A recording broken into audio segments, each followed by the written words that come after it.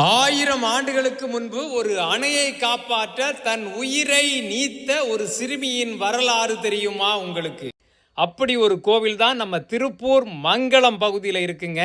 1000 ஆண்டுகளுக்கு முன்பு கொங்கு சோழர்கள் காலத்தில் மங்களம் பக்கத்தில் இருக்கக்கூடிய நொய்யல் ஆற்றின் கரையோரம் தடுப்பணை கட்டப்பட்டது. அந்த நேரத்தில் தடுப்பணை அடிக்கடி உடைந்து போவதால் ஒரு உயிர் பலி கொடுத்தால் இது சரியாகும்னு சொன்ன உடனே நல்லம்மாள் என்கிற சிறுமியின் உயிர் தியாகம் செய்யப்பட்டதாக கூறப்படுகிறது. அதன் பிறகு நல்லம்மாள் கன்னிமார் தெய்வமாக வழிபடப்பட்டு அந்த பகுதி மக்களின் குல தெய்வமாக இருந்து வருகிறார்கள். தற்போது அந்த நல்லம்மனை வழிபடும் கோவில் நொய்யல் ஆற்றின் கரையோரம் அமைந்துள்ளது. மேலும் மழைக்காலங்களில் நொய்யல் ஆற்றில் வெள்ளப்பெருக்கு ஏற்படும் போது இந்த கோவில் அடிக்கடி மூழ்குவதாகவும் சொல்கிறார்கள்.